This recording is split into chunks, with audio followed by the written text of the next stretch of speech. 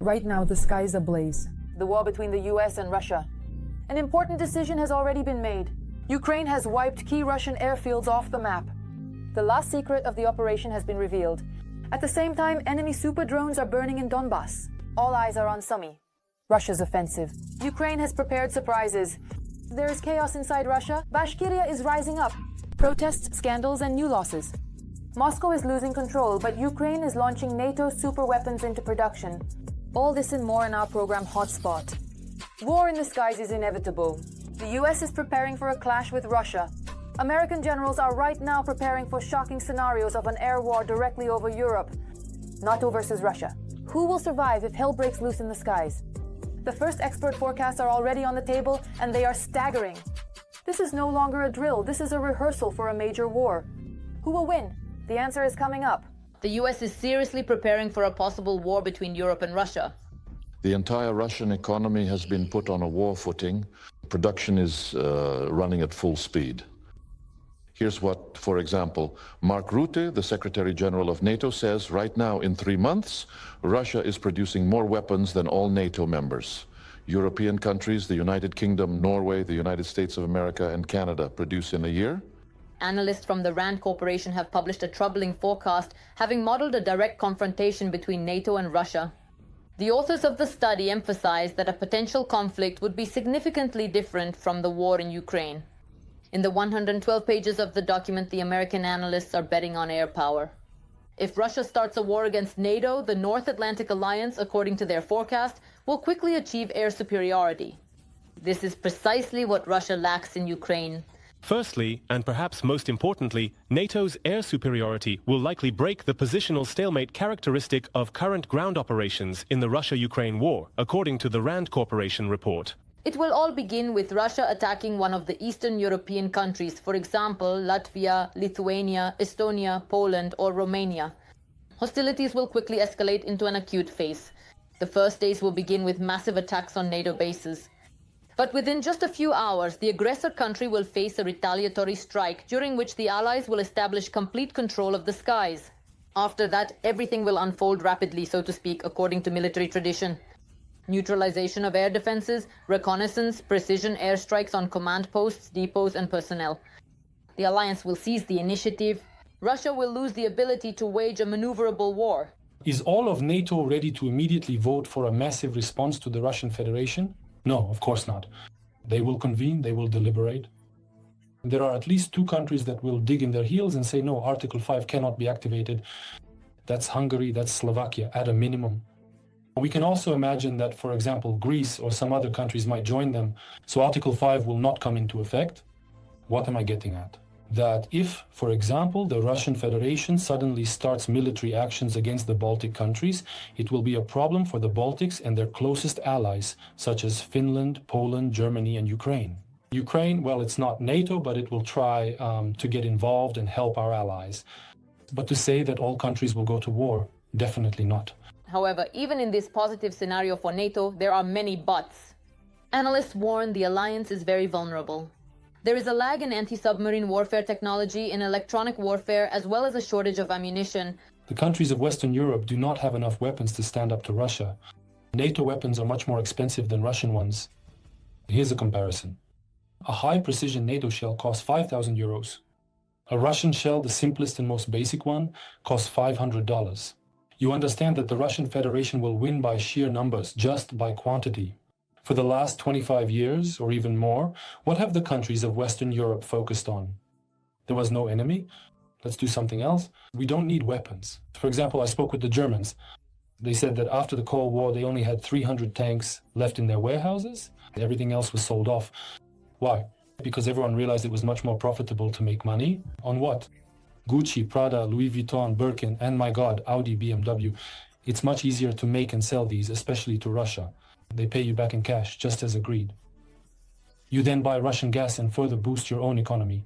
The Russian Federation, in turn, comes in and simply buys up absolutely everything. Piccadilly, I don't know, Belgravia, Nice, Cannes, they buy it all. Everyone, as a result, was truly living the good life, enjoying every single moment of it. Now, it's very hard to switch back to a war footing.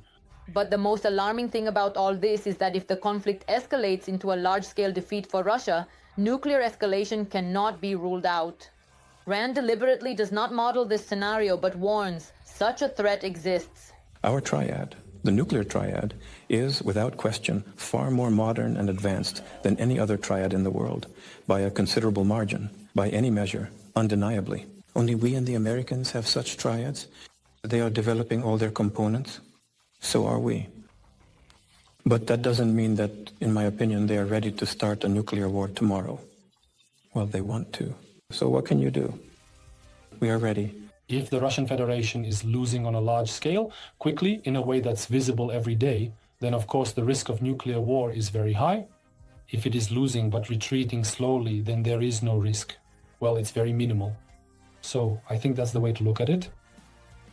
But again, Russia is not losing. Therefore, once again, the use of nuclear weapons is completely unreasonable. You can scare the Europeans. You can conduct nuclear tests on the Novaya Zemlya archipelago. It's a piece of rocky land in the Atlantic Ocean, not far from Norway. You can conduct these tests there, detonate a small bomb, not necessarily like Hiroshima, maybe 3 times less powerful, but the whole world will experience the power of nuclear weapons. When the shockwave circles the planet several times, everyone will be talking about nothing else. All of this will be filmed in, say, 4K, 8K, 12K from 35 different angles. And please remember, there are no high-quality video recordings of nuclear weapons tests available online. Why is that? Because the last nuclear tests were conducted in the 1960s. Those were above-ground tests. Underground tests were conducted in 1990, I believe, in America and the Soviet Union. Since then, there haven't been any tests to shock or terrify the current generation. I don't rule out that they might do it. For now, the war that American analysts are modeling exists only on paper. But the risk that Russia will dare to escalate further is very high. And here the main question is not how NATO will respond, but whether it will be possible to prevent a new war before it begins. Urgent! The enemy is breaking through towards Sumy. A new strike in the northeast. Another settlement has been occupied. The enemy is increasing pressure. The offensive is gaining momentum. But the Ukrainian armed forces have already prepared some surprises. What is happening on the front right now? What does this mean for the residents of the regional center? Is the Sumy defensive line ready for a large-scale strike? The whole truth is coming up next. Russia continues its offensive in the Sumy region. The occupiers are trying to break through certain sections of the front.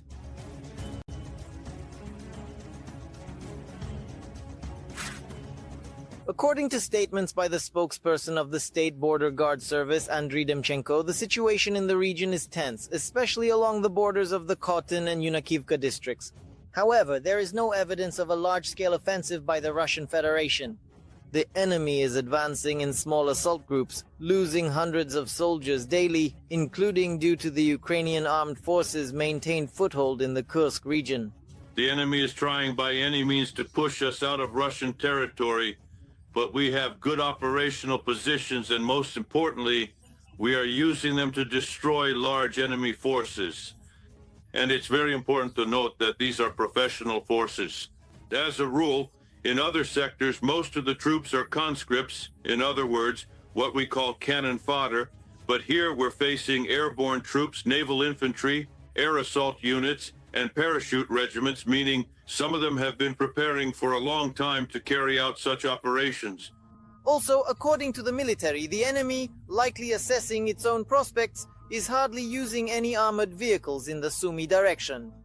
At most, the command is deploying light motor vehicles. This allows them to move a bit faster across open terrain, but it doesn't make a decisive difference.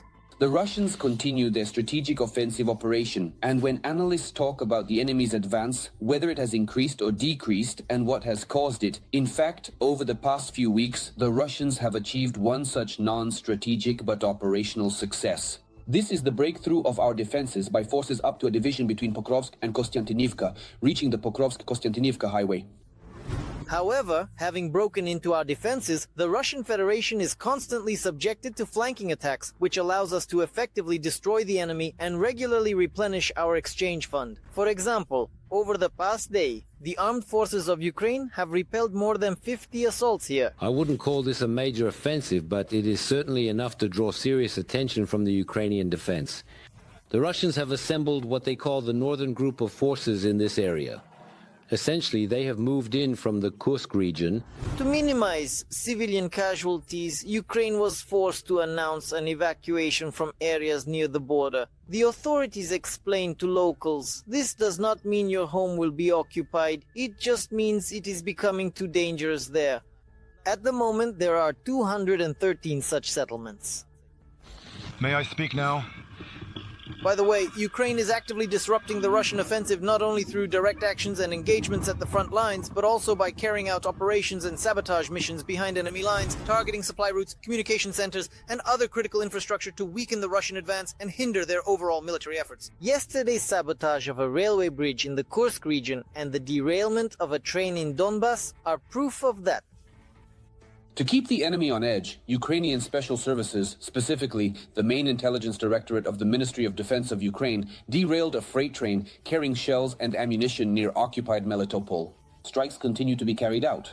Over the past day, there were strikes on Lviv and on the Kursk region of the Russian Federation in order to prevent the enemy from regrouping, supporting their own logistics, delivering ammunition and personnel to continue offensive actions in the Sumy region. At the same time, the bravado of Russian military correspondents about their troops advancing on Sumy looks utterly absurd according to experts.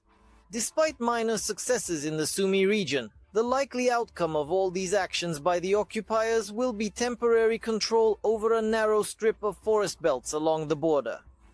Again, this is overall a rather slow, not very, so to speak, consistent, not very well coordinated offensive. The point of which, as I understand it, is to carry out Putin's order and create in the Sumy region what he called a buffer zone. The Ukrainian side is also predicting that the Russians will not be able to reach Sumy. Currently, there is an enemy grouping of about 50,000 people in this direction. And for such grand plans, these forces are clearly insufficient. Exclusive. A major fiasco for Russian intelligence. An enemy wonder drone burned up in Donbas. The details will surprise you. Meanwhile, Ukraine is shocking the world. Drone production has reached unprecedented levels. This is a war of technology. Kiev is seizing the initiative. The Ukrainian armed forces are crushing the enemy in the south. But in Sumy region, a new hotspot has emerged. What is hidden behind the Kremlin's buffer zone, and what should local residents be prepared for? We will show the truth about what is happening on the front lines. Details, figures, and footage right now. In Donbas, a Russian Merlin VR reconnaissance drone worth $300,000 has been destroyed.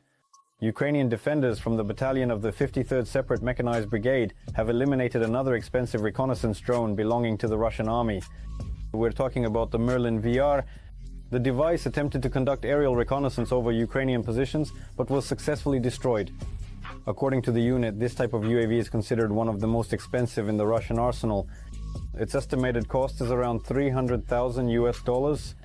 The loss of such equipment is significant for the enemy, as it concerns not only expensive hardware, but also a reduction in their ability to accurately monitor the front lines of the armed forces of Ukraine. This is not the first such drone. There have already been previous reports of similar models being shot down. Meanwhile, Ukraine has brought drone production to a qualitatively new level. According to current capabilities, the domestic defense industry is able to produce up to 10 million drones annually. This was stated by the Deputy Minister of Defense of Ukraine during his speech at the security forum called Shangri-La Dialogue in Singapore. During his speech, he spoke about the potential of the Ukrainian defense industry, especially in the field of drone technologies. It was noted that Ukrainian drones are significantly cheaper than their foreign counterparts and have already proven their effectiveness in combat operations. Ukraine is actively developing innovations not only in the air but also on the ground, on the water, on land. Today, the country's industry has all the capabilities for mass production of drones in volumes of up to 10 million units per year. It was also emphasized that Ukraine's experience in warfare is already leading to changes in military doctrine, where drones have become a key strike tool. Currently, they account for approximately 80% of successful attacks on the battlefield. Meanwhile, Russia is increasing pressure in the Sumy region. The city of Sumy itself is under threat. On the northeastern section of the front, Russian forces continue to advance deeper into the Sumy region. The capture of certain settlements has already allowed them to move 6 to 7 kilometers from the state border. The length of the front in this area is about 15 kilometers and fighting continues daily. One of the key directions of the attack is Yunakivka. This settlement holds strategic importance as it is the closest to the city of Sumy itself. Its capture could significantly change the tactical situation and give the enemy the ability to deliver more precise strikes on the regional center, possibly even with tube artillery. At present, the evacuation of civilians from the frontline areas is underway. Intense shelling and the advance of Russian troops threaten not only the surrounding villages, but also the Sumy district itself. At the same time, statements about the creation of a buffer zone in the border areas previously voiced by Russia appear to be a cover. In reality, it is about expanding the combat zone with the aim of further occupying the entire Sumy region. The aggressor pursues similar plans regarding the Kharkiv region and other eastern regions. The emerging line of contact will not be stable. It will shift as Russian troops advance until their goal is achieved. And their goal is the complete capture of the territory. But despite the heavy fighting, the armed forces of Ukraine continue to hold the line. The situation on the front as of June 2, 2025 is as follows. In the past 24 hours, 146 combat engagements have been recorded. The enemy actively used missiles, aviation and kamikaze drones. There were more than 5,800 shellings and over 3,600 drone attacks recorded. The most intense fighting is taking place in the Kupiansk, Lyman, Pokrovsk and Novopavlivka directions. The enemy carried out strikes on a number of settlements in the Kharkiv, Donetsk, Zaporizhzhia and Kherson regions. The Ukrainian Defense Forces struck 13 enemy concentration areas as well as destroyed equipment and command assets. Every voice matters. Join our community, support independent journalism and help us bring you the truth from Ukraine. Become a member of Ukraine Today. Join us now. The occupiers' losses over the past day amounted to about 1,140 personnel. Tanks, armored fighting vehicles, artillery systems, air defense systems, hundreds of UAVs, vehicles and missiles were also destroyed. Overall, the situation on the front remains tense but under control. That's all for today. Tune in tomorrow for more news. Active combat operations continue in the Kursk direction. The Russian Federation's army is using all its resources to try to push Ukrainian forces from their positions. Just today in this sector of the front, Russian occupiers carried out 2 airstrikes, dropping 6 guided aerial bombs and conducted 106 artillery attacks on the positions of Ukraine's defense forces. If before, I believed that the Pokrovsky direction saw the most action daily, now the Sumy and Kursk directions are about the same as Pokrovsky, with around 35 to 38 attacks in the past 24 hours.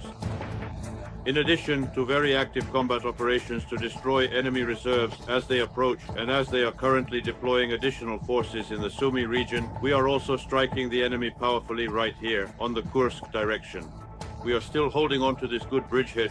In the Lyman direction, the invaders attacked the positions of the Ukrainian armed forces near Kharkivka, Novomykhailivka and Redkodub. In the Toretsk direction, the Russian army attempted to push out Ukrainian defenders in the areas of Toretsk and Delivka. The enemy was most active in trying to advance in the Pokrovsk direction near Mirolyubivka, Malinivka, Novosergivka and Andriivka. In the Novopavlivka direction, Russian occupiers unsuccessfully stormed the areas of Novoselka, Zeleny High, Bohatyr and Konstantinopil.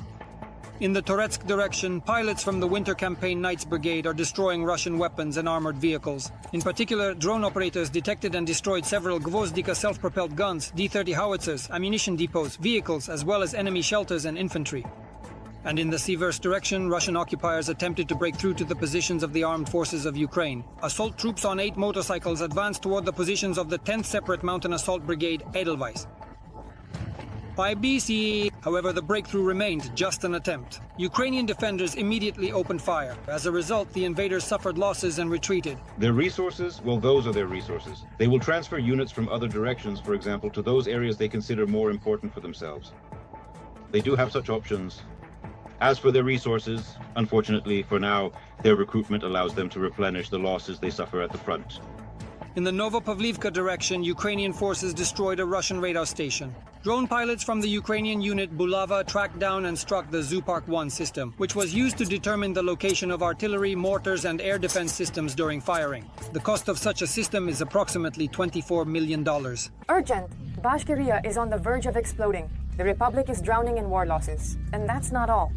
A new scandal in Bashkortostan. A fierce struggle is brewing there over a copper deposit. The people are furious. Protests are just around the corner. What is Moscow hiding and what is the region preparing for? Watch the details right now. A new environmental conflict is brewing in Bashkortostan. A Russian copper company is planning to develop yet another open pit mine. Because of irresponsible mineral extraction, people could literally be left without water and die.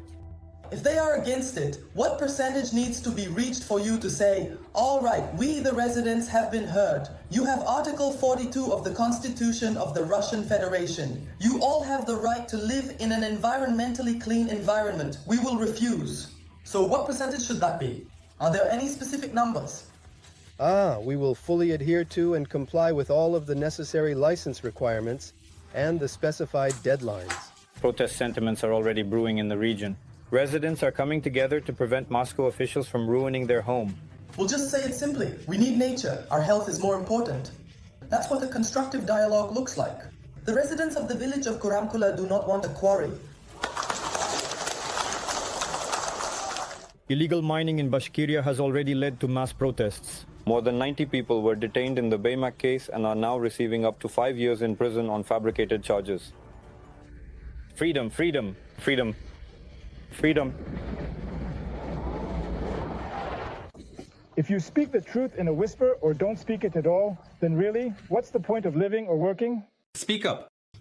Apparently, the protest in Baymak taught Russian officials to suppress such sentiments at the very outset. That's why, when Bashkirs fighting on the front lines spoke out in support of their compatriots, they were quickly silenced. For years now, there have been ongoing attempts to develop a copper mine. The mining company, Russian Copper Company, RCC, is currently trying to enter Salavat LLC. If this happens, our district will face an environmental disaster. There are more than 40 villages along the course of these rivers. These rivers are the source of clean drinking water for the population and for livestock. We apologize for the previously recorded video about the problem in the Vselilovsky district. Someone sent me a text with an appeal and misled me. In that video, as you may have seen, we were in fact actually used blindly for posting in other Telegram channels in order to stir up division and discord among the people of Bashkiria. The Russian authorities treat Bashkirs like cannon fodder and don't even try to hide the fact that they're sending them to war on a one-way ticket. They won't touch us Russians. Other people will die for us. When Russia falls apart, we'll all live better lives. Company Commander Veter is always picking on me, never missing a chance to make me feel small or inadequate. He calls me a small caliber pushover, repeating it in front of others, and it's clear he does this just because I'm Bashkir. His constant remarks and attitude make it obvious that he looks down on me for who I am. During the last prisoner exchange, out of 1,000 people, only 36 Bashkirs made it onto the list. Do you think that if you go, you'll never come back? The government is deceiving you. They're lying to you just like they lied to us. They've thrown you in as cannon fodder. All 7 people died. Bashkortostan has long held the lead in military losses. The dead are literally being brought back by the hundreds. They brought 200 of us back. Here they are standing. They're all just guys. Here's a truck completely full. Almost every day, yes, there are 10 or 15 more officially recognized killed in the war in Ukraine. Yes, those who are officially acknowledged. How many are unofficially dead? No one knows yet. And already today, the official death toll has surpassed almost 5,500. At the same time, the authorities are luring in volunteers by any means and even throwing cheerful send-off parties.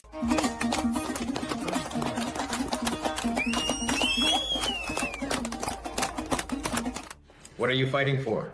If you're fighting for the future of Russia, well, yes, you're fighting for the future of Russia as an empire, and for the future of Bashkortostan as a colony within that empire. Today, Russia treats us like natives, like some kind of Indians who are forbidden from properly learning their own language, whose natural resources are being drained, whose national leaders are all imprisoned, whose republic has been stripped of all its powers. This is what you are fighting for. No people in Russia will ever be able to stand on equal footing with the so-called titular nation. Everything the federal center does is extract resources and use people in war as cannon fodder. And this will continue until the peoples, with weapons in their hands, begin to defend themselves and their homes from the criminal regime. Ukraine has wiped out up to half of Putin's strategic aviation from Russian airfields. Today, unexpected details have emerged. The unique SBU Operation Web turned bomber bases into a blazing nightmare. Explosions visible from space. Key airfields have been destroyed. Everything you still didn't know about Web, watch now. An unprecedented operation by the security service of Ukraine, led by Vasyl Malyuk, deep in the Russian rear. 4 long-range aviation airfields have been attacked in the last 2 hours. This is how the Belaya airfield looks right now. Strategic enemy aviation. During the special operation called Web, Ukrainian special services launched a massive strike with FPV drones simultaneously on 4 Russian military airfields: Belaya, Diaghilevo, Olenia, and Ivanovo. According to preliminary data, as a result of the operation, more than 40 military aircraft were hit, including strategic bombers Tu-95 and Tu-22M3.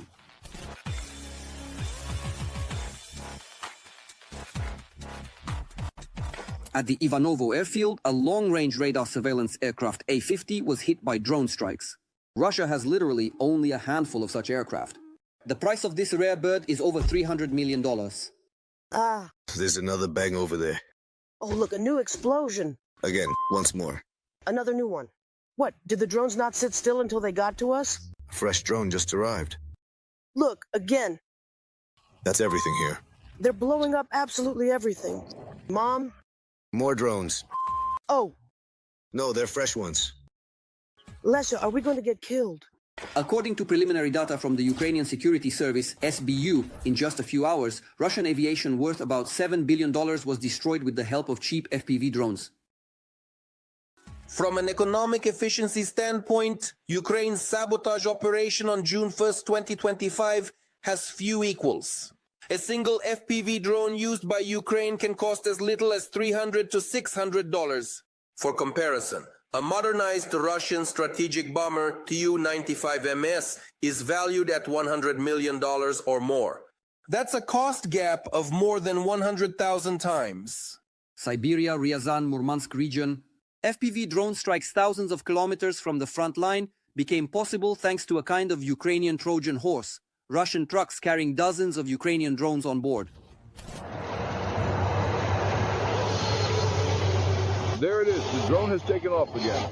It's impossible to tell where it's taking off from. There it is. There it is. Whoa, out of nowhere. Whoa. Wow, look at how far technology has come.